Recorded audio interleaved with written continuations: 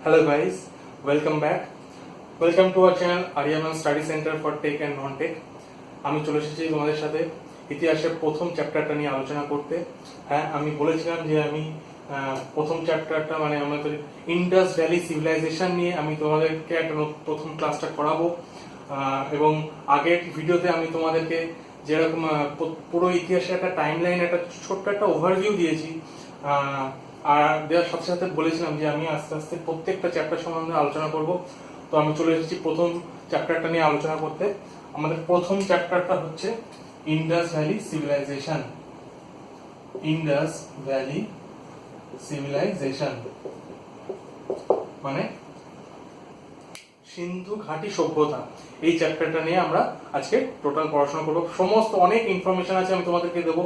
এই চ্যাপ্টারটা নিয়ে এই ভিডিওটা তোমরা পুরোপুরি দেখার পর তোমাদের পুরো চ্যাপ্টারটা সম্পর্কে একটা ক্লিয়ার কাট একটা আইডিয়া হয়ে যাবে। এই চ্যাপ্টার থেকে কি ধরনের প্রশ্ন আসতে পারে সেইগুলো নিয়ে আমি তোমাদেরকে আলোচনা করব। প্রচুর ইনফরমেশন আছে, তোমরা ভিডিওটাকে পুরোপুরি দেখবে, ঠিক আছে? আর বেশি কথা না বাড়িয়ে চলো শুরু করা যাক আমাদের প্রথম চ্যাপ্টার। হ্যাঁ, ভিডিওটা শুরু করার আগে আমি তোমাদেরকে বলে নিই, তোমরা ভিডিওটাকে পছন্দ হলে তোমরা লাইক করো, তোমরা ভিডিওটাকে শেয়ার করো এবং চ্যানেলটাকে তোমরা সাবস্ক্রাইব করো। তোমরা যত বেশি চ্যানেলটাকে শেয়ার করবে এবং সাবস্ক্রাইব করবে তত আমরা এনার্জি পাবো, আমরা ইন্সপায়ার হব, আমরা নতুন নতুন ভিডিও করতে আমরা উৎসাহিত হব, ঠিক আছে? তাহলে আমরা শুরু করি এখন প্রথম চ্যাপ্টারটা, সিন্ধু ঘাটি সভ্যতা। এই চ্যাপ্টারে ঢোকার আগে মানে সিন্ধু সভ্যতাটা যেই সময় শুরু হয়েছে, কোন সময় থেকে এটার আরম্ভ, সেটা জানার আগে তার ছোট্ট একটা আগের ইতিহাসটুকু আমাদের একটুখানি জেনে নেওয়া দরকার। মানে যে এমন তো নয় যে সিন্ধু সভ্যতাতে যে সমস্ত মানুষের বসবাস ছিল তাদের আগে তাদের ওই সভ্যতার আগে কারো বসবাস ছিল না ভারতে, এরকম কোনো বিষয় নেই। সুতরাং আমরা তাদের আগের সম্বন্ধে একটুখানি জেনে নিই। তার আগে আমাদের ইতিহাসে ভারতে মানুষের বসবাস শুরু হয় প্রায় 5 লক্ষ বছর আগে থেকে। হ্যাঁ, খ্রিস্টপূর্ব 5 লক্ষ বছর আগে থেকে। আর সেই সময় থেকে শুরু করে সিন্ধু সভ্যতা পর্যন্ত আমরা আমাদের যে ইতিহাসটা আছে আমরা সেটাকে প্রায় 3টে যুগে ভাগ করতে পারি। সেই যুগগুলো হলো প্রাচীন,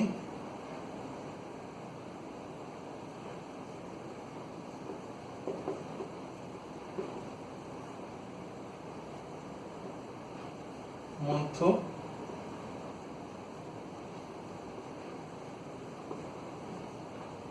ও নব্য প্রস্তর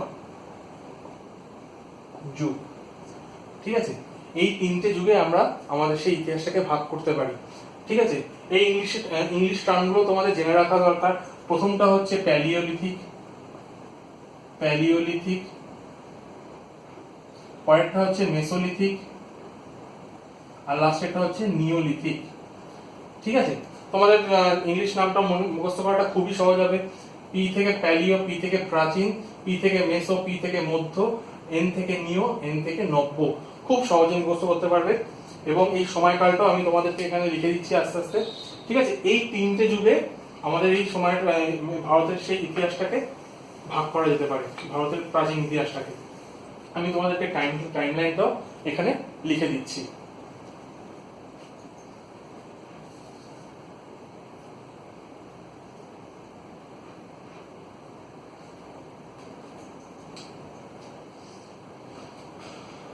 এটা হয়েছিল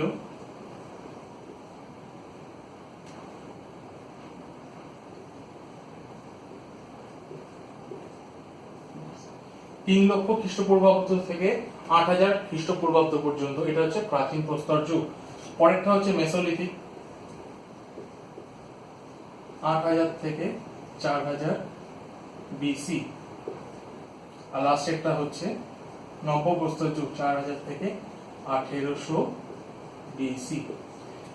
আচ্ছা, এই ইতিহাস পড়ানোর সময় আমি তোমাদের একটা বলে নিই, ইতিহাস কিন্তু এই সালগুলো কখনো একদম অ্যাপ্রক্সিমেট ধরে নেবে না, কারণ ইতিহাসের সাল নিয়ে অনেক মতান্তর থাকে ঐতিহাসিকদের মধ্যে, ঠিক আছে? সবই হচ্ছে এই সালগুলো সবই হচ্ছে আনুমানিক, ঠিক আছে? আর এই প্রাচীন প্রস্তর যুগ, মধ্য প্রস্তর যুগ এবং নব্য প্রস্তর যুগের সম্পর্কে ছোট্ট ছোট্ট কয়েকটা পয়েন্ট আমরা চট করে একটু জেনে নিই, ঠিক আছে? আচ্ছা, প্রথমে আমরা চলে আসি প্রাচীন প্রস্তর যুগে। প্রাচীন প্রস্তর যুগের মানুষদের সম্পর্কে আমরা কি কি জানবো?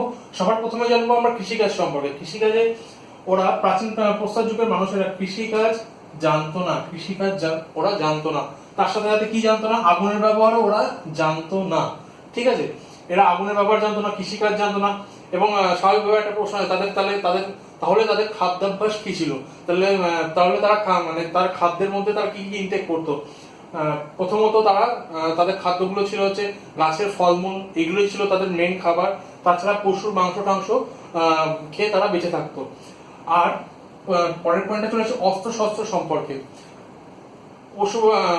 পশু পাখিকে শিকার করার জন্য তারা যে সমস্ত অস্ত্র শস্ত্রগুলো ব্যবহার করতো সেগুলো ছিল খুবই অনুন্নত মানের।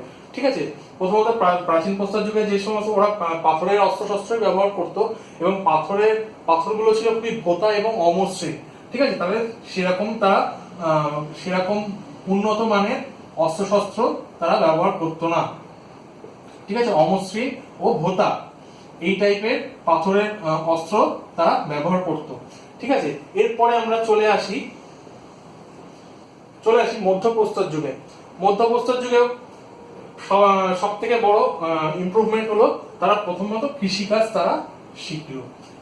মধ্যপ্রস্তর যুগ থেকে তারা কৃষিকাজ করতে শিখলো এবং কৃষিকাজ করতে শেখার সাথে সাথে তারা তাদের অস্ত্রশস্ত্রগুলো আগের থেকে অপেক্ষাকৃত একটু মসৃণ হওয়া শুরু করলো। অপেক্ষাকৃত, ঠিক আছে, খুবই যে উন্নত ছিল তা কিন্তু না, অপেক্ষাকৃত উন্নত। ঠিক আছে, আচ্ছা, এই যুগে চলে আসছি পরের পয়েন্টে। তারা এই যুগে আগুনের ব্যবহার জানতো। ঠিক আছে, কিন্তু প্রাচীন যুগ আর এই মধ্যযুগ এদের মধ্যে সব থেকে বড় ডিফারেন্স সেটা হচ্ছে পশুপালন করতে শেখা। মধ্যযুগের মানুষেরা তারা পশুপালন করতে শিখেছিল। ঠিক আছে, পশুদের পোষ মানিয়ে পশুপালন করতে শিখেছিল। ঠিক আছে, এবার চলে আসি আমরা নব্যপ্রস্তর যুগে। ঠিক আছে, কৃষিকাজ তো আমরা মধ্যযুগ থেকেই শিখে গেছি, আগুনের ব্যবহার শিখে গেছি। ঠিক আছে, অস্ত্রশস্ত্র খুবই উন্নত মানের হওয়া শুরু করলো। ঠিক আছে, এই যুগে অস্ত্রশস্ত্রগুলো হয়ে গেল উন্নত মানের। ঠিক আছে, উন্নত এবং মসৃণ। ঠিক আছে, আচ্ছা, এইবার এই যুগে সব থেকে বড় কন্ট্রিবিউশন আমাদের ইতিহাসে সেটা হলো এই যুগে কুমোরের চাকা আবিষ্কার। কুমোরের চাকা আবিষ্কার এই যুগের সব থেকে বড় ইনভেনশন হচ্ছে কুমোরের চাকা আবিষ্কার। সুতরাং তার মানে আমরা বুঝতে পারি এই সময় থেকে আমরা কৃষিকার্য পশুপালনের সাথে সাথে মৃৎশিল্পের দিকেও এই যুগ থেকে শুরু হয়েছে। ঠিক আছে, এই হয়ে গেল তোমাদের প্রাচীন মধ্য নব্যপ্রস্তর যুগ সম্পর্কে সামান্য একটা আইডিয়া। ঠিক আছে, এরপরেই এইখানে তোমাদের জেনে রাখা উচিত এই যে নব্যপ্রস্তর যুগ, ঠিক আছে, এই যুগে কিন্তু ঘটেছিল মেহেরগড় সভ্যতা। ঠিক আছে, আমরা যে সাধারণত আজকালকার যে ঐতিহাসিকরা আছে তারা মেহেরগড় সভ্যতাটাকে সিন্ধু সভ্যতার মধ্যেই ঢুকিয়ে আনে এবং সেটাকেই তারা সিন্ধু সভ্যতার একটা ভূমিকা রূপে দেখার চেষ্টা করে। ঠিক আছে, কিন্তু সিন্ধু সভ্যতা এবং মেহেরগড় সভ্যতার মধ্যে মেইন যে পার্থক্যটা সেটা হলো এটা মেহেরগড় সভ্যতা, আমি এখানে লিখে দিচ্ছি মেহেরগড় সভ্যতা, এটা হচ্ছে মেহেরগড় সভ্যতা, এটা হচ্ছে নব্যপ্রস্তর যুগের, আর সিন্ধু সভ্যতা হচ্ছে তারপরে হচ্ছে তাম্রপ্রস্তর যুগের। ঠিক আছে, মানে সেটা হচ্ছে ধাতু যুগ। অ্যাকচুয়ালি মেহেরগড় সভ্যতা হচ্ছে নব্যপ্রস্তর যুগের আর সিন্ধু সভ্যতা হচ্ছে তাম্রপ্রস্তর যুগের, মানে ধাতু যুগের। একটা মেইন পার্থক্য হচ্ছে এইটা সিন্ধু সভ্যতা ও মেহেরগড় সভ্যতা সম্পর্কে। তাহলে আমরা চলে যাই আমাদের, আচ্ছা, একটু আগেই আমরা জেনেছি যে মেহেরগড় সভ্যতাটা এটা হচ্ছে অ্যাকচুয়ালি নব্যপ্রস্তর যুগের। ঠিক আছে, এটা হচ্ছে নব্যপ্রস্তর যুগের, আর এই সভ্যতার বিস্তার লাভ করেছিল 7000 খ্রিস্টপূর্ব 7000 থেকে 2600 খ্রিস্টপূর্বাব্দ মধ্যে। ঠিক আছে, এই সময়কালের মধ্যে যে সভ্যতাটা বিস্তার লাভ করেছিল সেই সভ্যতাটা সম্পর্কে আমরা প্রথম জানতে পারি 1974 সালে, 1974। ঠিক আছে, 1974, 1974 খ্রিস্টাব্দে এই সভ্যতার সম্পর্কে আমরা অ্যাকচুয়ালি জানতে পারি যে এরকম একটা মেহেরগড় নামক একটি সভ্যতা সেটা এই সময়ের মধ্যে বিস্তার লাভ করেছিল। ঠিক আছে, এবং আমরা জানতে পারি কিভাবে,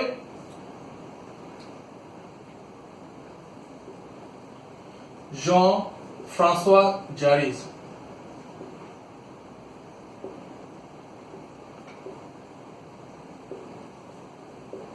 এবং তার ওয়াইফ ক্যাথরিন জারিস।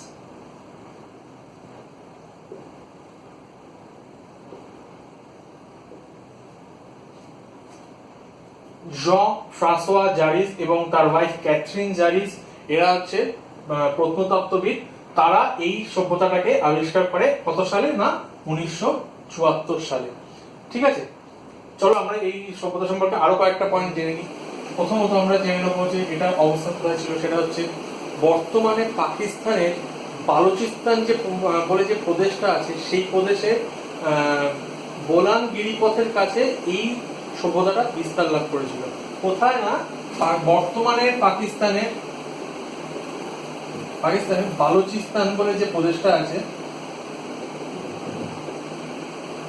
এই প্রদেশে বোলান গিরিপথের পাশে এই সভ্যতাটা বিস্তার লাভ করেছিল। আরেকটা পয়েন্ট আমরা জেনে নেব, এই সভ্যতাটাকে সিন্ধু সরস্বতী সভ্যতাও বলা হয়ে থাকে। সিন্ধু সরস্বতী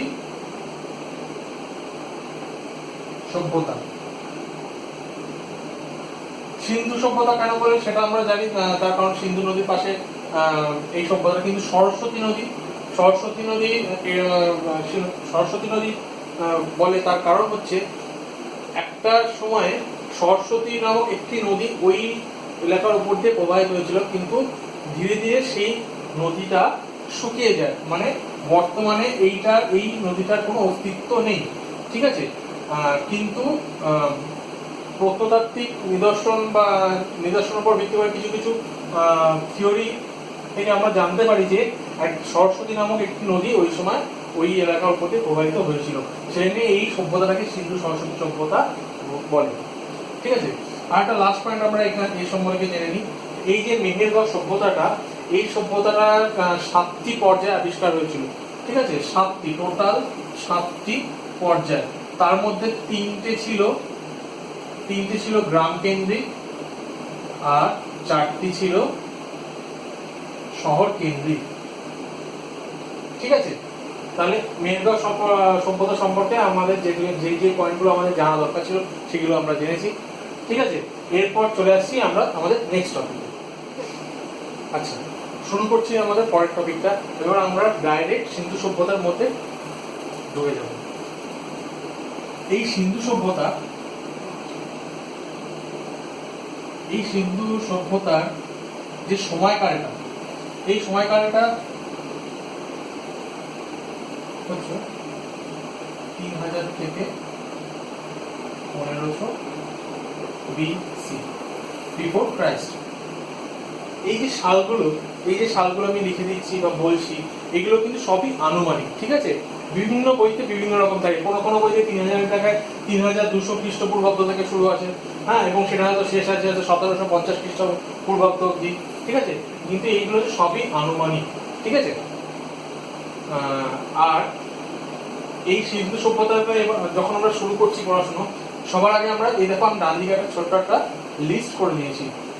বাঁ পাশে হচ্ছে পাকিস্তান লেখা আছে, ডান দিকে হচ্ছে ইন্ডিয়া লেখা আছে। এই যে টোটাল সিন্ধু সভ্যতাটা, এই টোটাল সভ্যতাটা যে বিস্তার লাভ করেছিল সেটা পাকিস্তানের কিছুটা অংশ নিয়ে এবং ইন্ডিয়ার পশ্চিম ভাগের কিছুটা অংশ নিয়ে এই টোটাল সভ্যতাটা বিস্তার লাভ করেছিল। তো তোমরা তাহলে বুঝতেই পারছো সভ্যতাটা কত বড় ছিল। ঠিক আছে, প্রাচীন ইতিহাসের সব থেকে বড় সভ্যতা হচ্ছে এটা। ঠিক আছে, আমি বাঁ দিকে লিখেছি পাকিস্তানের যে সমস্ত জায়গাগুলো থেকে প্রত্নতাত্ত্বিক নিদর্শনগুলো পাওয়া গেছে এই সভ্যতা সম্পর্কে, সেই জায়গাগুলোর নাম লিখেছি। এবং ডান দিকে লিখেছি ইন্ডিয়াতে, মানে আমাদের ভারতবর্ষে যে সমস্ত জায়গাগুলো পাওয়া গেছে সেইগুলো সম্পর্কে। ঠিক আছে, আমরা ছোট্ট করে একটা আইডিয়া করে নিই। এরা ধরো নর্থ, সাউথ, ইস্ট আর ওয়েস্ট, এদের এই পুরো সভ্যতাটা কতটা বিস্তার লাভ করেছিল সেটা একটা ছোট্ট একটা আইডিয়া করে নিই। সব থেকে নর্দার্ন মোস্ট পয়েন্টে ছিল এই যে এই পয়েন্টটা, এই জায়গাটা মান্ডা, ঠিক আছে।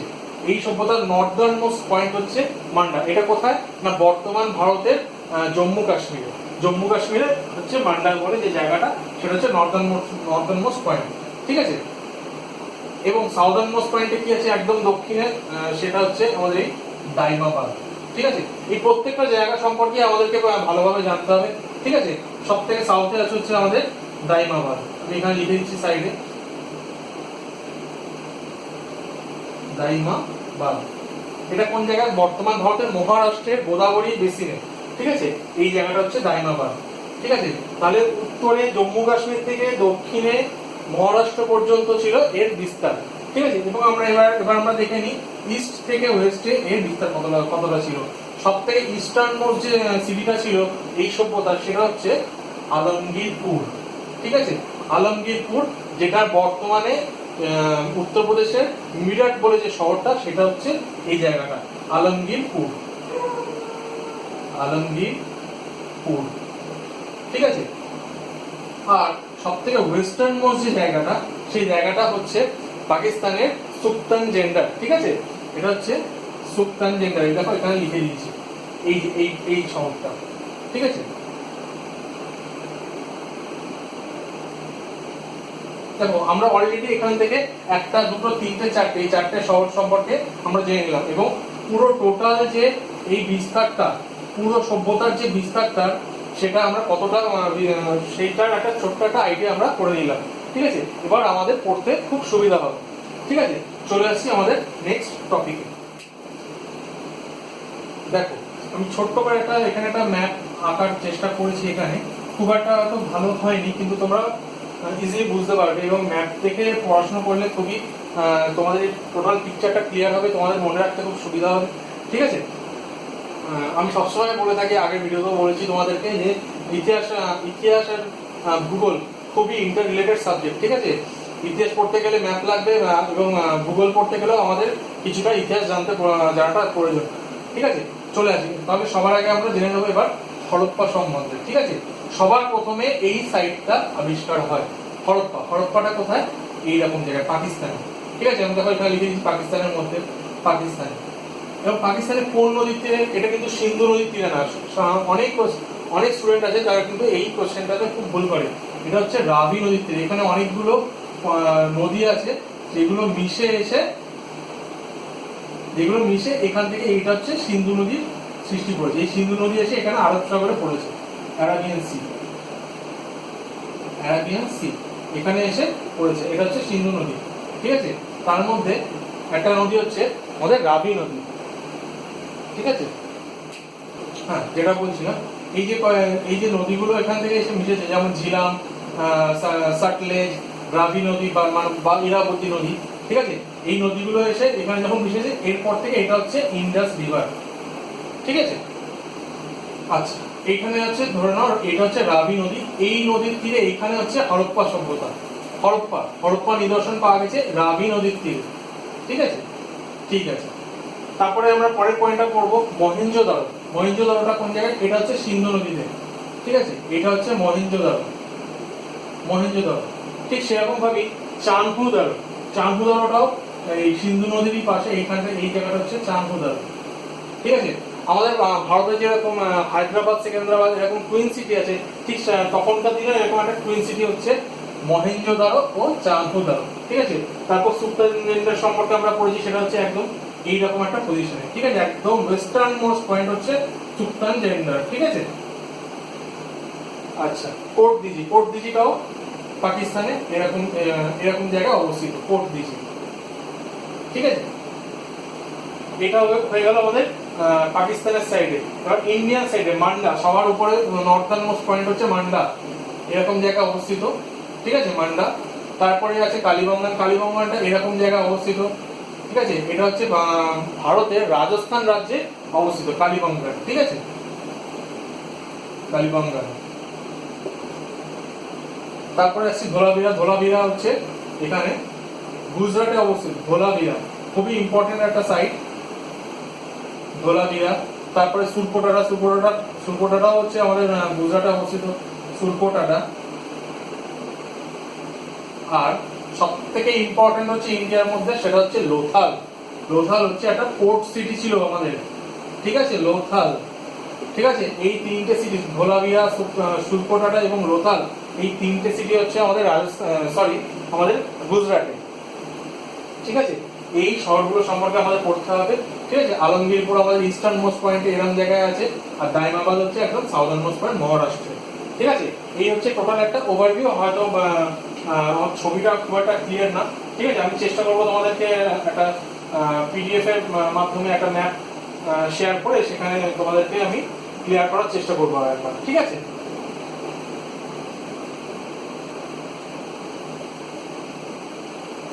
আচ্ছা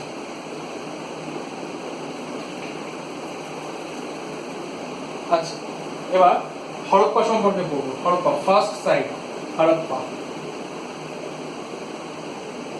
ঠিক আছে, এই শহরটা আবিষ্কার হয়েছিল, মানে এই শহরটার নিদর্শন প্রথম খুঁজে পাওয়া যায় 1921 সালে। ঠিক আছে, হরপ্পা সম্পর্কে আমাদের পড়তে গেলে সবার আগে জানতে হবে এটা কত সালে আবিষ্কৃত হয়েছে। এটা হচ্ছে 1921 সালে। তারপরে কে আবিষ্কার করেছে? দয়ারাম সাহানি। দয়ারাম সাহানি আমাদের এএসআই মানে আমাদের আর্কিওলজিক্যাল সার্ভে অফ ইন্ডিয়ার নিয়ে একজন প্রত্নতত্ত্ববিদ ছিলেন, তিনি এই শহরটাকে আবিষ্কার করেছিলেন। ঠিক আছে, এই শহরটা কোন নদীর তীরে অবস্থিত ছিল? সেটা হচ্ছে রাভি নদী। ঠিক আছে, একটু আগে আমি ম্যাপে তোমাদেরকে পড়েছি এটা কোথায় অবস্থিত ছিল, না রাভি নদীর তীরে অবস্থিত। ঠিক আছে, স্টুডেন্টদের বারবার বলছি তোমরা কিন্তু ভুল করবে না। হরপ্পা এবং মহেঞ্জোদারো দুটো আলাদা নদীর তীরে অবস্থিত ছিল। সবাই মনে করে যে যেহেতু সিন্ধু নদীর তীরে সিন্ধু সভ্যতা, সুতরাং এটা সিন্ধু নদীর তীরে অবস্থিত ছিল। এই ভুলটা কিন্তু তোমরা করবে না। ঠিক আছে, চলে আসছি আমরা নেক্সট পয়েন্টে। আচ্ছা, থার্ড পয়েন্ট আমরা এখানে কি পড়বো? হরপ্পা সম্বন্ধে প্রথম পয়েন্ট আমরা বললাম কত সালে আবিষ্কার হয়েছে, সেটা 1921 সালে। তারপরে দয়ারাম সাহানি এটাকে আবিষ্কার করেছিলেন। আচ্ছা, হরপ্পা হচ্ছে টোটাল ইন্ডাস ভ্যালি সিভিলাইজেশনের প্রথম এক্সক্যাভেটেড সাইট, মানে প্রথম যেই শহরটাকে এক্সক্যাভেট করা হয়েছে, মানে খনন কার্য শুরু করা হয়েছে, যার খোঁজ পাওয়া গেছে, সেটার প্রথমটা হচ্ছে হরপ্পা। ঠিক আছে, আচ্ছা, আমরা নেক্সট পয়েন্ট আমরা জেনে নেবো যে এটা অ্যাকচুয়ালি কোন জায়গায় অবস্থিত বর্তমানে। ঠিক আছে, তোমরা দেখতেই পাচ্ছ এটা আমি লিখে রেখেছি এখানে পাকিস্তানের মধ্যে, বর্তমানে পাকিস্তানের মধ্যে, কিন্তু এক্স্যাক্টলি ঠিক কোন জায়গায় বর্তমানে পাকিস্তানের ঠিক কোন জায়গায়? পাকিস্তান অ্যাকচুয়ালি 4টে প্রদেশ নিয়ে গঠিত। আমাদের যেমন ইন্ডিয়াতে অনেকগুলো রাজ্য আছে, ঠিক ওদের ওখানে 4টে প্রদেশ আছে। 4টে হচ্ছে, একটা হচ্ছে খাইবার পাখতুন, একটা হচ্ছে পাঞ্জাব, একটা হচ্ছে সিন্ধ, আর একটা হচ্ছে বালুচিস্তান। ঠিক আছে, কিন্তু আমাদের এই হরপ্পাটা আছে বর্তমানে পাকিস্তানের পাঞ্জাব প্রদেশে। ঠিক আছে, পাঞ্জাব বললে কিন্তু তোমরা ইন্ডিয়ার পাঞ্জাব ভাববে না। ঠিক আছে, কারণ পাঞ্জাব প্রদেশটা কিন্তু ইন্ডিয়াতেও আছে, পাকিস্তানেও আছে। এটা পাকিস্তানের পাঞ্জাবে এবং পাঞ্জাবের মন্টেগোমারি জেলাতে। কোথায়? না মন্টেগোমারি জেলা। হ্যাঁ, মন্টেগোমারি জেলা পাঞ্জাব প্রদেশে। ঠিক আছে, পাঞ্জাব পাকিস্তানের। ঠিক আছে, এক্স্যাক্টলি। চলে আসছি আমরা পরের পয়েন্টে। আচ্ছা, পরের পয়েন্টে আমরা তাহলে জেনে নেবো যে এই হরপ্পাতে খনন কার্যের ফলে কি পাওয়া গিয়েছে। ঠিক আছে, সবার প্রথমে আমরা এখানে লিখবো গ্রেট গ্র্যানারি।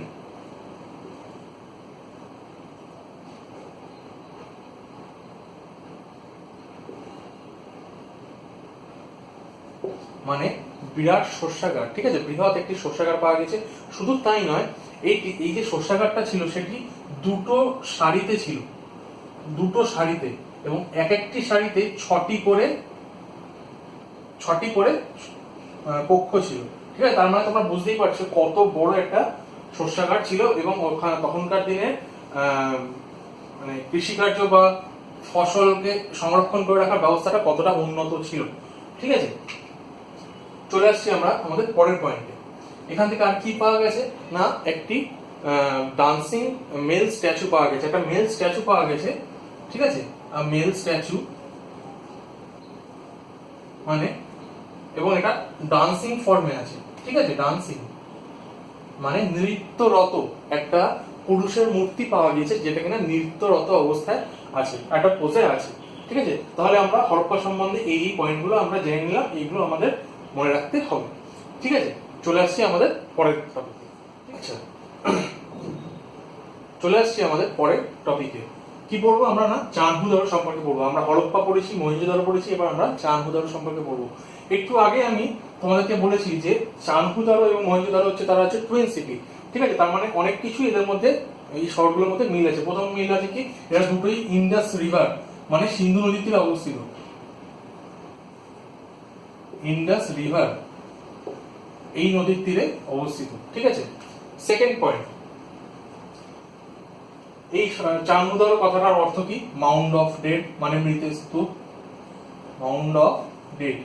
তাহলে দেখতে পাচ্ছ তোমরা একে পরপর দুটো পয়েন্টই, মহেঞ্জোদারো এবং চানহুদারো দুটো পয়েন্ট থেকেই তোমরা দেখতে পাচ্ছ কি কি মিল আছে, ঠিক আছে। এবার কেন এই দুটোকে টুইন সিটি বলে সেটা তোমরা বুঝতে পারছো। এবার আমরা পরের পয়েন্টে চলে আসছি, যে এখান থেকে কি কি পাওয়া গিয়েছে। আমরা যেমন দেখেছিলাম মহেঞ্জোদারোতে বিরাট বড় একটা গ্রেট গ্র্যানারি পাওয়া গিয়েছে, ঠিক আছে। পশুপতির একটা সিল পাওয়া গিয়েছে, ঠিক আছে। ঠিক সেরকম চানহুদারো থেকে কি পাওয়া গিয়েছে, কি পাওয়া গিয়েছে না, দেখো, অ্যান ইঙ্ক পট, কালির দোয়াত পাওয়া গিয়েছে, ঠিক আছে। দোয়াত,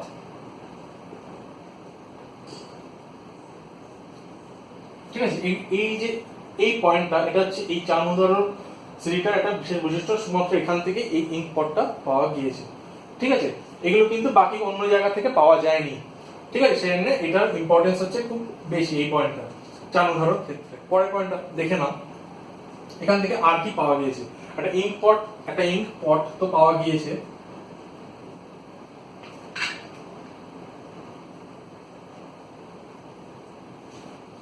আচ্ছা। এখান থেকে আর কি পাওয়া গিয়েছে না, এভিডেন্স অফ লিপস্টিক।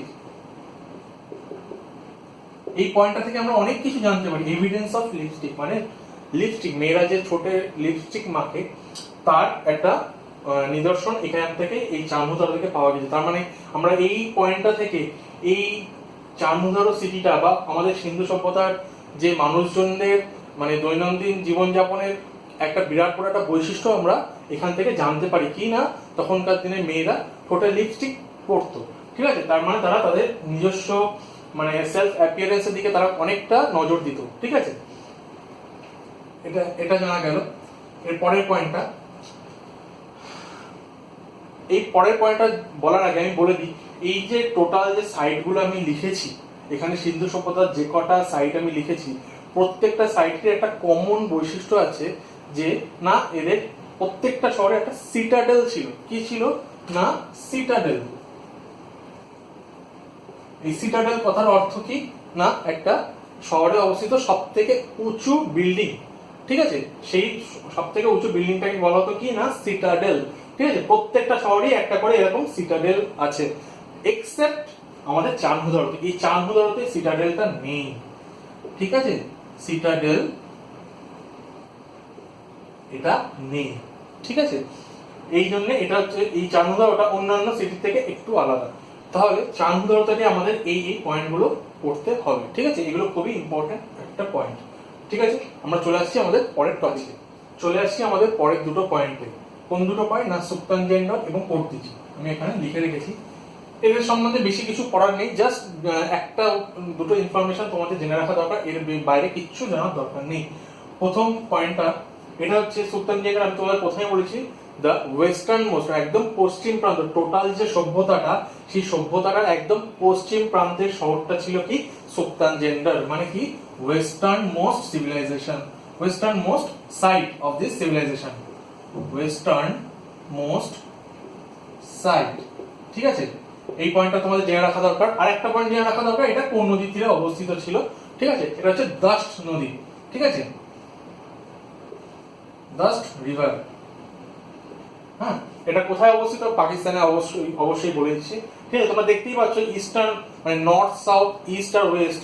ঠিক আছে, এর মধ্যে একমাত্র ওয়েস্টার্ন মোস্ট যেটা সেটা হচ্ছে পাকিস্তানে, বাকি নর্থ সাউথ এবং ইস্ট সবকটা হচ্ছে ইন্ডিয়ার মধ্যে আছে। ঠিক আছে, এই দুটো পয়েন্টই তোমাদের জেনে রাখা দরকার, এর বাইরে কিছু জানার দরকার নেই। পরের পয়েন্টটা চলে আসছি কোট দিজি সম্পর্কে। ঠিক আছে, কোট দিজিটাও পাকিস্তানে অবস্থিত একটা বড় সাইট। ঠিক আছে, এর সম্বন্ধে আমাদের কি জেনে রাখা দরকার, যে এখান থেকে কি পাওয়া গিয়েছে। সব থেকে বড় জিনিস যেটা পাওয়া গিয়েছে সেটা হলো গিয়ে এখানে পটারির অনেক নিদর্শন পাওয়া গেছে। পটারি মানে কি? মৃৎশিল্প, মৃৎশিল্পের অনেক নিদর্শন পাওয়া গিয়েছে। শুধু তাই নয়, শুধু যে পটারির নিদর্শন পাওয়া গিয়েছে তাই নয়, এই পটারিগুলো যে খুবই সুন্দরভাবে তৈরি, এবং এই পটারি এই মাটির পাত্রগুলোতে অনেক সুন্দর সুন্দর মানে সূর্যের ছবি আঁকা এবং ময়ূরের ছবি আঁকা, এই সবকিছুরই নিদর্শন এখানে পাওয়া গিয়েছে।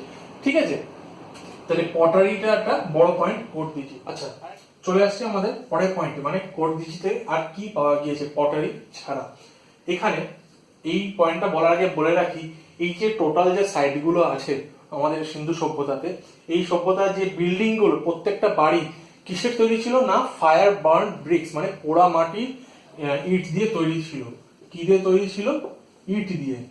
শুধু ইট না, পোড়া মাটির ইট, কাঁচা মাটির না। ঠিক আছে, আচ্ছা, তার মানে কোথাও না কোথাও এই ইটগুলো তৈরি হতো। কোথায় তৈরি হতো? না, কোট দিজিতে। আচ্ছা, এর আগে আমরা পড়েছি পাকিস্তানে মানে বর্তমান পাকিস্তানে যে সমস্ত সাইটগুলো আছে সিন্ধু সভ্যতার সাইটগুলো, সেগুলো সম্পর্কে। এবার আমরা দেখে নেবো যে ইন্ডিয়াতে আমাদের ভারতবর্ষ বর্তমান ভারতের যে সাইটগুলো পাওয়া গিয়েছে সেইগুলো সম্পর্কে। সবার আগে আমরা পড়বো যেটা সম্পর্কে, সেটা হচ্ছে লোথাল। ঠিক আছে, দেখো লোথাল আমি এখানে লিখেছি। আমাদের সব থেকে ইম্পর্টেন্ট সাইট হচ্ছে লোথালটা। ঠিক আছে, আমরা দেখে নিই এবার এই লোথালের মধ্যে কি কি আমাদের জানার বিষয় আছে। ঠিক আছে, সবার প্রথমে আমরা জেনে নেবো কত সালে এটা আবিষ্কৃত হয়েছে। এটা আবিষ্কার হয়েছে 1954 সালে। ঠিক আছে, তার পরের পয়েন্টটা আমরা জেনে নেবো লোথালটা কোথায় অবস্থিত। এটা বর্তমানে ভারতের গুজরাট রাজ্যে অবস্থিত, গুজরাটে। ঠিক আছে, গুজরাটে অবস্থিত। আর এটা কোন নদীর তীরে অবস্থিত? না, সবরমতী নদীর তীরে অবস্থিত। সবরমতী রিভারের পাশে এটা অবস্থিত। আচ্ছা, এই লোথাল থেকে আরো আমাদের যে যে পয়েন্টগুলো জানা দরকার সেগুলো আমরা এবার জেনে নিই। সব থেকে বড় পয়েন্ট হচ্ছে এখানে রাইস কাল্টিভেশনের এভিডেন্স পাওয়া গিয়েছে। রাইস কাল্টিভেশন, এই পয়েন্টটা এত ইম্পর্টেন্ট কেন? তোমরা জেনে রাখো, এই টোটাল সিন্ধু সভ্যতায় তারা যে এগ্রিকালচার করতো, তারা যে কৃষিকাজ করতো, তাদের যে উৎপাদিত শস্যগুলো ছিল তাদের মধ্যে রাইস মানে চাল কিন্তু ছিল না। ঠিক আছে, তারা গম, জব, জোয়ার, হ্যাঁ, এই সমস্ত চাষ করতো, কিন্তু অনেক কিছুরই এভিডেন্স পাওয়া গিয়েছে, কিন্তু রাইসের কোথাও পাওয়া যায়নি এক্সেপ্ট লোথাল। তার মানে টোটাল সিন্ধু সভ্যতাতে রাইসের আমাদের এভিডেন্স পাওয়া গিয়েছে কোথায়? না, লোথালে।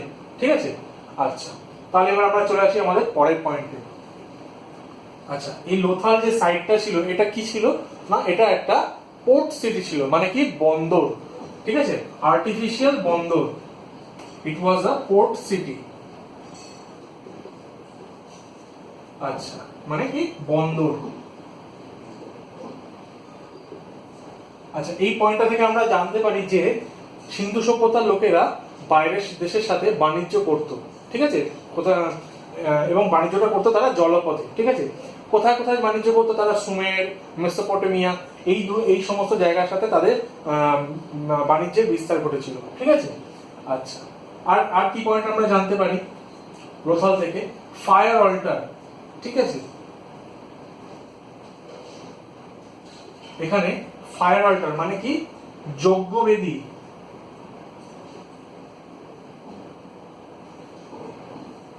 খনন কার্যের ফলে যজ্ঞবেদী পাওয়া গিয়েছে। তার মানে কি? এখানকার লোকজনেরা ধর্ম বা পুজো অর্চা এই সমস্ত ব্যাপার তাদের দৈনন্দিন জীবনে ঘটে থাকতো। ঠিক আছে, তাহলে আমরা এই পয়েন্টগুলো পেলাম। আরো একটি পয়েন্ট আছে। ঠিক আছে, ঠিক আছে, বেরিয়াল। আচ্ছা, সিন্ধু সভ্যতার লোকজনেরা তাদের মানুষজনেরা তাদের মৃতদেহকে পোড়াতো না, তারা কি করতো, মানে কবর দিত, ঠিক আছে, ব্যারিয়াল সিস্টেম ছিল, ঠিক আছে। এবং এই ব্যারিয়ালও আবার বেশ কয়েকটি রকমের ছিল, যার মধ্যে এখানে লোথালে যে ধরনের ব্যারিয়ালটা পাওয়া যায় সেটা হচ্ছে কি ডাবল ব্যারিয়াল। ডাবল ব্যারিয়াল মানে কি, এখানে একই কবরের মধ্যে যে ব্যক্তিটি মারা গিয়েছে তার তার পোষ্য কোনো জন্তুকে বা একসঙ্গে তাদেরকে কবর দেওয়া হতো, ঠিক আছে, মানে একসাথে একাধিক কবর মানে এক জায়গায় দেওয়া হতো, ঠিক আছে। এইটাকে বলা হচ্ছে ডাবল বেরিয়াল, ঠিক আছে। আচ্ছা, তাহলে আমরা চলে আসছি আমাদের পরের টপিকে। আচ্ছা, এবার আমরা দেখে নেব ধোলাভিরা। ধোলাভিরাতে আমরা কি কি পাই, ঠিক আছে। সর্বপ্রথম আমরা জেনে নিই ধোলাভিরাটা কোথায়। ধোলাভিরাটা ভারতে তো আছে আমরা জানি, কিন্তু এটা আছে আমাদের বর্তমানে গুজরাটে, গুজরাট রাজ্যে, ঠিক আছে। কচ্ছ রিজিয়ন মানে কচ্ছের রান রিজিয়ন,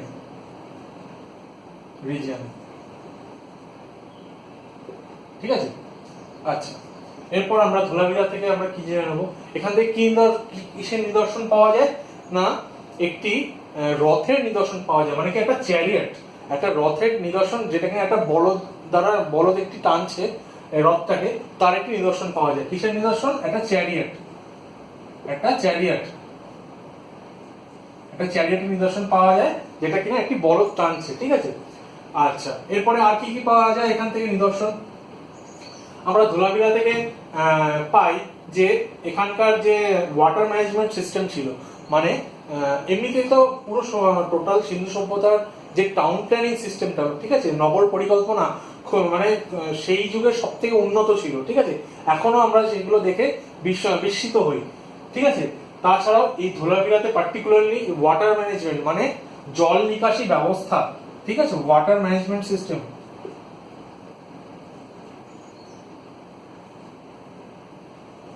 ঠিক আছে, জল নিকাশি ব্যবস্থা মানে রাস্তার পাশে যে ড্রেনগুলো ছিল সেগুলো ছিল ঢাকা দেওয়া, ঠিক আছে। আজকালকার আমরা আমাদের বর্তমানে এত আধুনিক যুগেও এত সুন্দর সেরকম জল নিকাশি ব্যবস্থা আমরা কিন্তু অত লক্ষ্য করি না, যেটা কিনা লক্ষ্য করা গিয়েছিল আজ থেকে কয়েক হাজার বছর আগে এই ধোলাভিরা নামক একটি সাইটে, ঠিক আছে। আমরা এরপরে আর কি জানতে পারি, ঠিক আছে। আমরা একটু আগে জেনেছিলাম যে এই সাইটগুলো এই সাইটে যে বাড়ি ঘরদোরগুলো ছিল সেগুলো তৈরি হয়েছিল পোড়ামাটির ইট দিয়ে, ঠিক আছে। কিন্তু আমরা যখন ধোলাভিরাতে আসছি তখন দেখতে পাচ্ছি তারা পাথরের তৈরি কিছু কিছু বিল্ডিং, ঠিক আছে, স্টোন বিল্ডিং,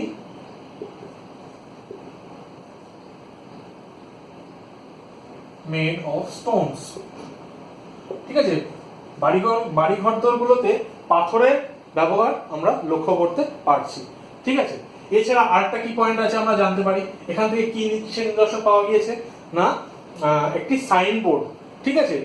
আমরা যেমন বর্তমানে আমাদের আধুনিক যুগে দেখতে পারি প্রচুর সাইনবোর্ড আছে, ঠিক সেরকমই একটা নিদর্শন আমরা কোথায় পেয়েছিলাম না ধোলাভিরাতে। কিসের নিদর্শন না, একটা সাইনবোর্ডের নিদর্শন, ঠিক আছে।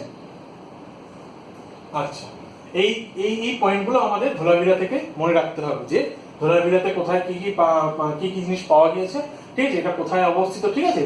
আচ্ছা, তাহলে এরপর আমরা চলে যাই ধোলাভিরার পরে আমাদের পরের টপিক। আচ্ছা, এবার আমরা দেখে নেব পরের দুটো পয়েন্ট সম্পর্কে, একটা হচ্ছে সুরকোটাটা এবং আরেকটা হচ্ছে কালীগঙ্গা, ঠিক আছে। আমরা অলরেডি দেখে নিয়েছি লোথাল সম্পর্কে, ধোলাভিরা সম্পর্কে, এবার আমরা দেখবো সুরকোটাটা সম্পর্কে, ঠিক আছে। প্রথমে আমরা জেনে নিই এটা কোথায় আছে। এটা বর্তমান ভারতের গুজরাটে আছে, ঠিক আছে। তাহলে গুজরাট থেকে আমরা তিনটে সাইট পেলাম পরপর, ধোলাভিরা, সুরকোটারা, লোথাল, পরপর তিনটে সাইটই গুজরাটে অবস্থিত। এখান থেকে কি পাওয়া গেছে, এই সাইটটা এত ইম্পর্টেন্ট কেন না, এখানে ঘোড়ার নিদর্শন পাওয়া গিয়েছে। কিসের না, হর্স রিমেইনিংস,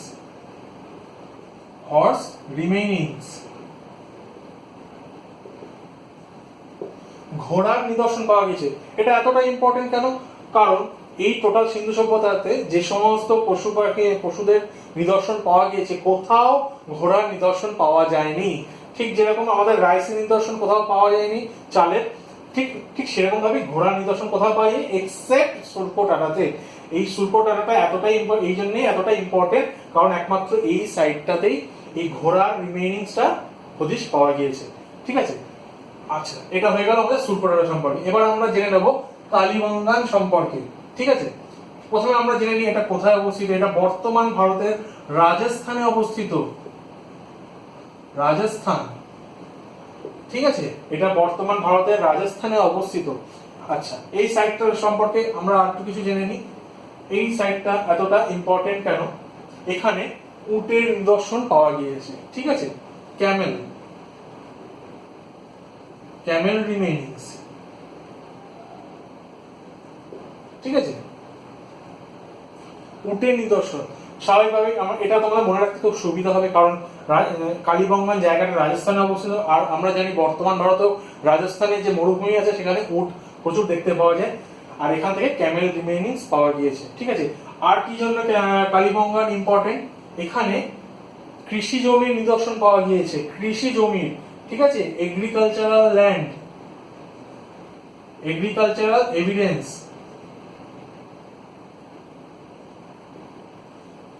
এগ্রিকালচারাল এভিডেন্স এখান থেকে পাওয়া গিয়েছে। প্রাচীনতম কৃষির নিদর্শন কোথা থেকে পাওয়া গিয়েছে? না, কালীবঙ্গান। ঠিক আছে, তাহলে আমরা সুরকোটারা সম্পর্কে জেনে নিলাম এবং কালীবঙ্গান সম্পর্কেও জেনে নিলাম। ঠিক আছে, এরপর বাকি থাকলো যেগুলো, সেগুলো আমি পরের টপিকে আলোচনা করছি। এবার দেখো, তোমাদের এখানে বাকি আছে মাত্র 3টে টপিক। একটা হচ্ছে মান্ডা, একটা হচ্ছে আলমগীরপুর, একটা হচ্ছে দাইমাবাদ। এই 3টে সম্পর্কে আমি তোমাদেরকে এই ভিডিওটা শুরু করার প্রথম দিকেই বলে দিয়েছিলাম। এই 3টে হচ্ছে নর্থ, সাউথ, ইস্ট আর ওয়েস্ট। হ্যাঁ, এই 4টের মধ্যে 3টেই হচ্ছে আমাদের ভারতে অবস্থিত। নর্দার্ন মোস্ট সাইড হচ্ছে মান্ডা, প্রথমটা মান্ডা। ঠিক আছে, ইস্টার্ন মোস্ট সাইড হচ্ছে আলমগীরপুর,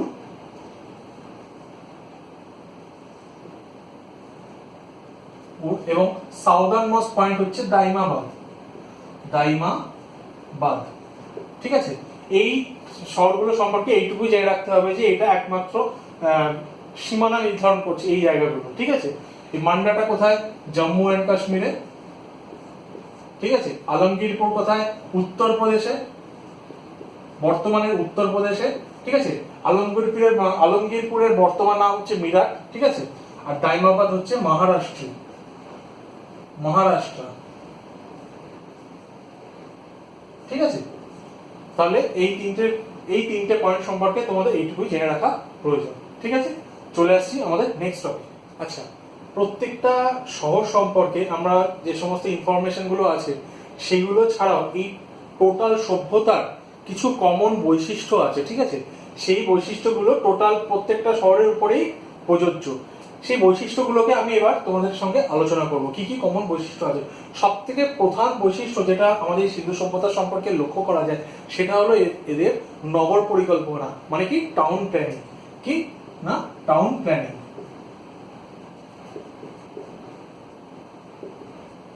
ঠিক আছে, আচ্ছা, কি ছিল এই টাউন প্ল্যানিং? এদের বৈশিষ্ট্য, এদের যে নগরগুলো ছিল, এই নগরগুলো ছিল দুটি ভাগে বিভক্ত। একটি হচ্ছে সিটাডেল, মানে একটি উঁচু বিল্ডিং, এবং বাকি ছিল সাধারণ ছোট ছোট ঘরগুলো। ঠিক আছে, এই উঁচু বিল্ডিং এ থাকতো শাসক গোষ্ঠী। ঠিক আছে, তাহলে আমরা প্রথম পয়েন্টটা কি পাচ্ছি? দুটো ভাগে বিভক্ত ছিল, দুই ভাগে বিভক্ত। ঠিক আছে, সিটাডেল মানে উঁচু বিল্ডিং এ সেখানে থাকতো শাসক গোষ্ঠী, এবং নিচু বিল্ডিং ছোট ছোট যে বাকি যে ঘরগুলো ছিল সেখানে থাকতো বাকি সাধারণ মানুষেরা। ঠিক আছে, এছাড়া এই টাউন প্ল্যানিং এর মধ্যে আরেকটা কি পয়েন্ট পাই, যে টাউন প্ল্যানিং এর আরেকটা কি বৈশিষ্ট্য ছিল না, যে এদের রাস্তাঘাট গুলো ছিল খুবই সরল সাদাসিধে এবং প্রশস্ত, খুবই চওড়া। ঠিক আছে, মানে খুবই রাস্তাঘাট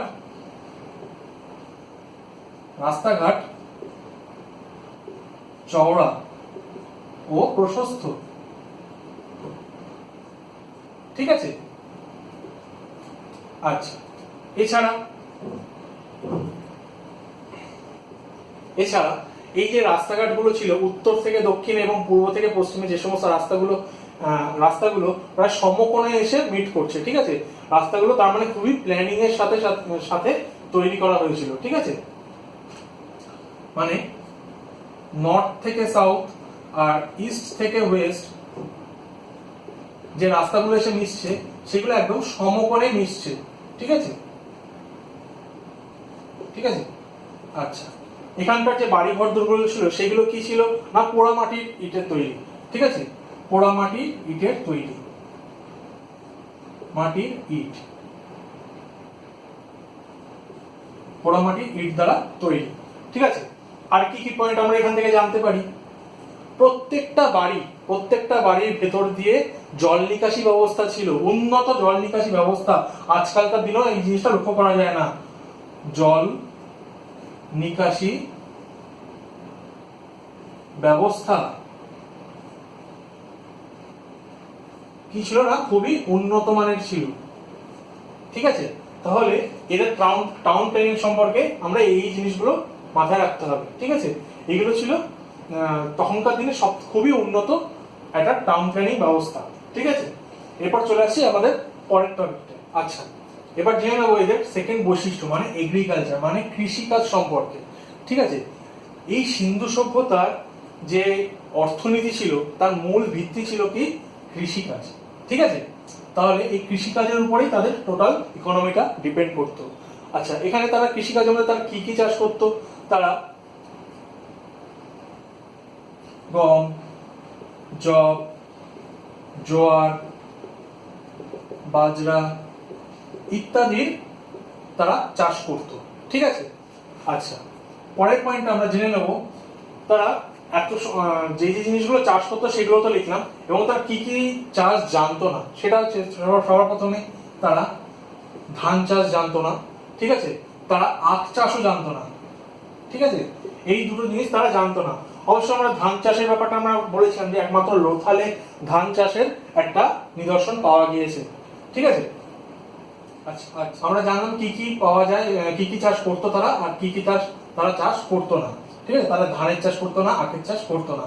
আচ্ছা, এছাড়াও তারা তুলা চাষের সূত্রপাত সাধারণত এই সভ্যতার সময় থেকেই হয়ে থাকে, ঠিক আছে।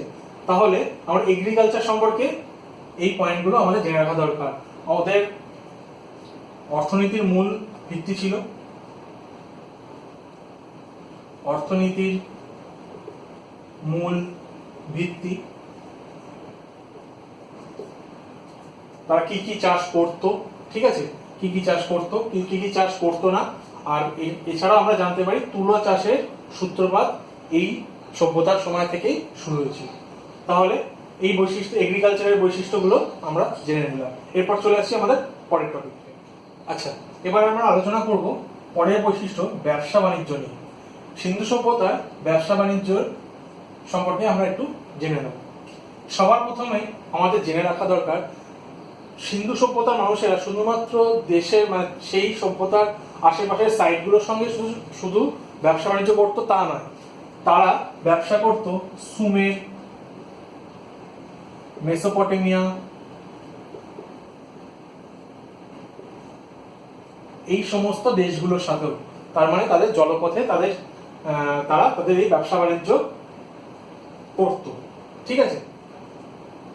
আচ্ছা, এই যে এই সভ্যতার সময় যে ব্যবসা বাণিজ্যটা হতো সেটা মানে কিভাবে হতো? সেটা হতো বার্টার সিস্টেমের মাধ্যমে, মানে কি বিনিময় প্রথা। তার মানে আমরা কি জানতে পারছি, কোনো মুদ্রা স্পেসিফাইড কোনো মুদ্রা ছিল না, বিনিময় মানে কেউ কাউকে চাল দিলে তার বিনিময়ে সে তার কাছ থেকে হয়তো গম নিচ্ছে, ঠিক আছে। এরকম ভাবে বিনিময় এই ব্যবসা বাণিজ্যটা হতো তখনকার সময়, ঠিক আছে, সিন্ধু সভ্যতায়।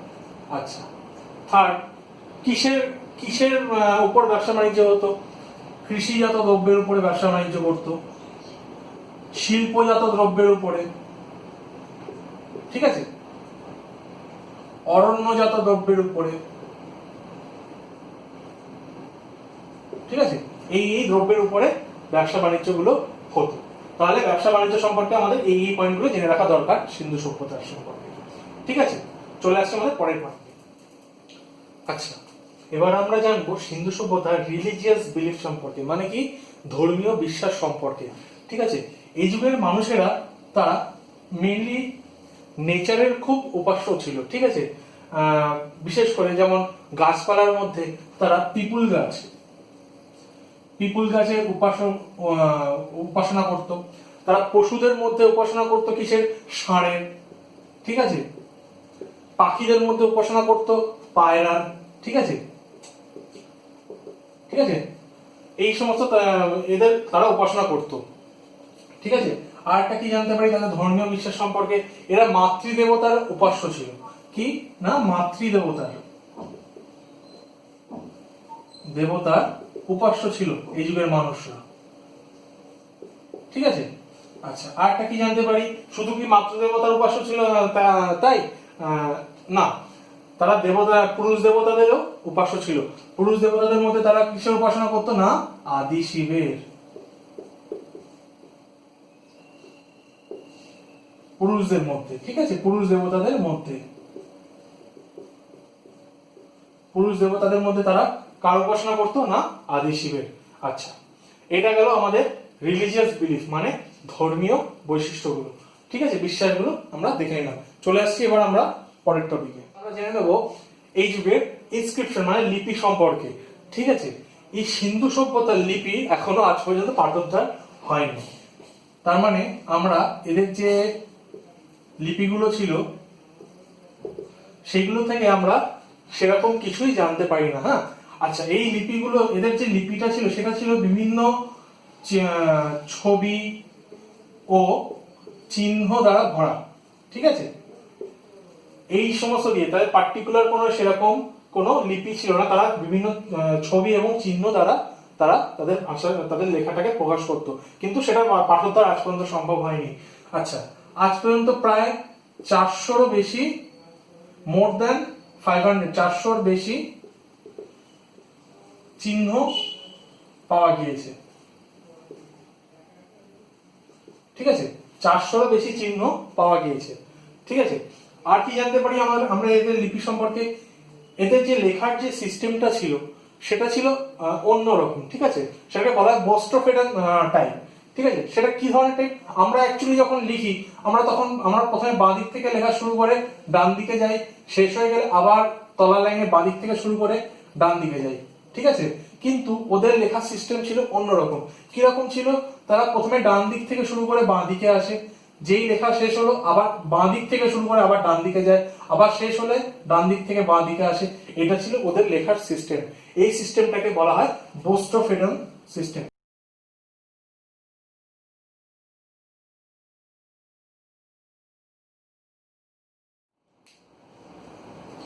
এবার সবার শেষে আমরা দেখে নেব এই যে সভ্যতাটা, এই যে এত বড় একটা সভ্যতা, এই সভ্যতাটার পতনের কারণগুলো কি কি ছিল। ঠিক আছে, এত বড় একটা সভ্যতা তো মানে এটা একদিনে তো নিশ্চয়ই ধ্বংস হয়ে যায়নি।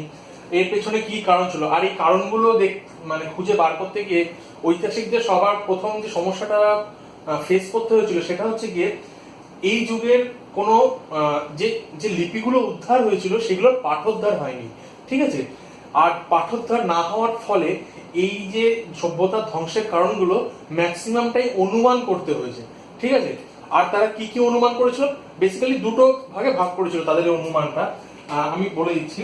প্রথমটা হচ্ছে প্রাকৃতিক আর দ্বিতীয়টা হচ্ছে মনুষ্য সৃষ্ট। হ্যাঁ, এই দুটো কারণে ওরা দুটো ভাগে ভাগ করেছে। ঠিক আছে, প্রথমে আমরা মনুষ্য সৃষ্ট যে কারণটা সেটাকে নিয়ে একটু আলোচনা করি। ঠিক আছে, সবার প্রথমে হচ্ছে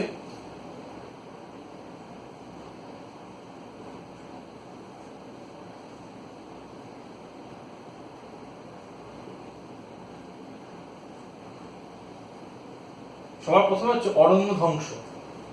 ঠিক আছে, আচ্ছা, এটা কিভাবে একটা কারণ হতে পারে? আমি বলেছিলাম যে এই যে সভ্যতার যে সমস্ত বাড়িঘর গুলো ছিল সেই বাড়িঘর গুলো কিসের তৈরি ছিল? না, পোড়া মাটি। হ্যাঁ, কিসের? না, পোড়া মাটি, পোড়া মাটির ইট। পোড়া মাটির ইট দিয়ে তৈরি, কাঁচা মাটি না। এই পোড়া মাটির ইট তৈরি করতে গেলে কি লাগে? না, আগুন লাগে, আগুনের প্রয়োজন হয়। আর এই আগুনের জন্য লাগে জ্বালানি, আর সেই জ্বালানির সোর্সটা ছিল এই অরণ্য। তারা প্রচুর পরিমাণে অরণ্য ধ্বংস করেছিল শুধুমাত্র এই পোড়া মাটি ইট তৈরির জন্য। ঠিক আছে, আর এইটার ফলে এই যে অরণ্য ধ্বংস প্রচুর পরিমাণে করতে থাকার ফলে আমরা চলে আসতে পারি আমাদের পরের পয়েন্টে প্রাকৃতিক কারণগুলো। এই অরণ্য ধ্বংসের ফলে কি কি হতে লাগলো না প্রাকৃতিক দুর্যোগ, যেমন খরা, বন্যা ইত্যাদি।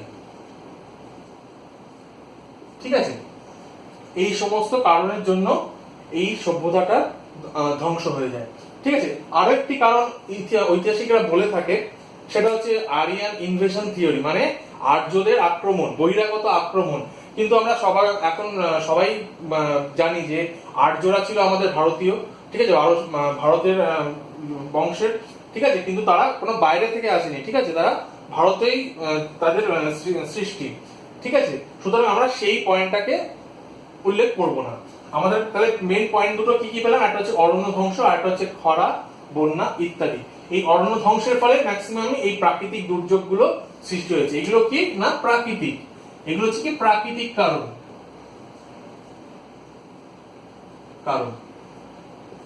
ঠিক আছে, তাহলে আমরা এই চ্যাপ্টার সম্পর্কে যে যে বিষয়গুলো জানা দরকার আমরা সব বিষয়ে আলোচনা করলাম। তোমরা পুরো ভিডিওটাকে মন দিয়ে পুরোটা দেখবে, কোথাও স্কিপ করবে না। স্কিপ করলে তোমরা একটা ইম্পর্টেন্ট পার্ট হয়তো তোমরা মিস করে যেতে পারো।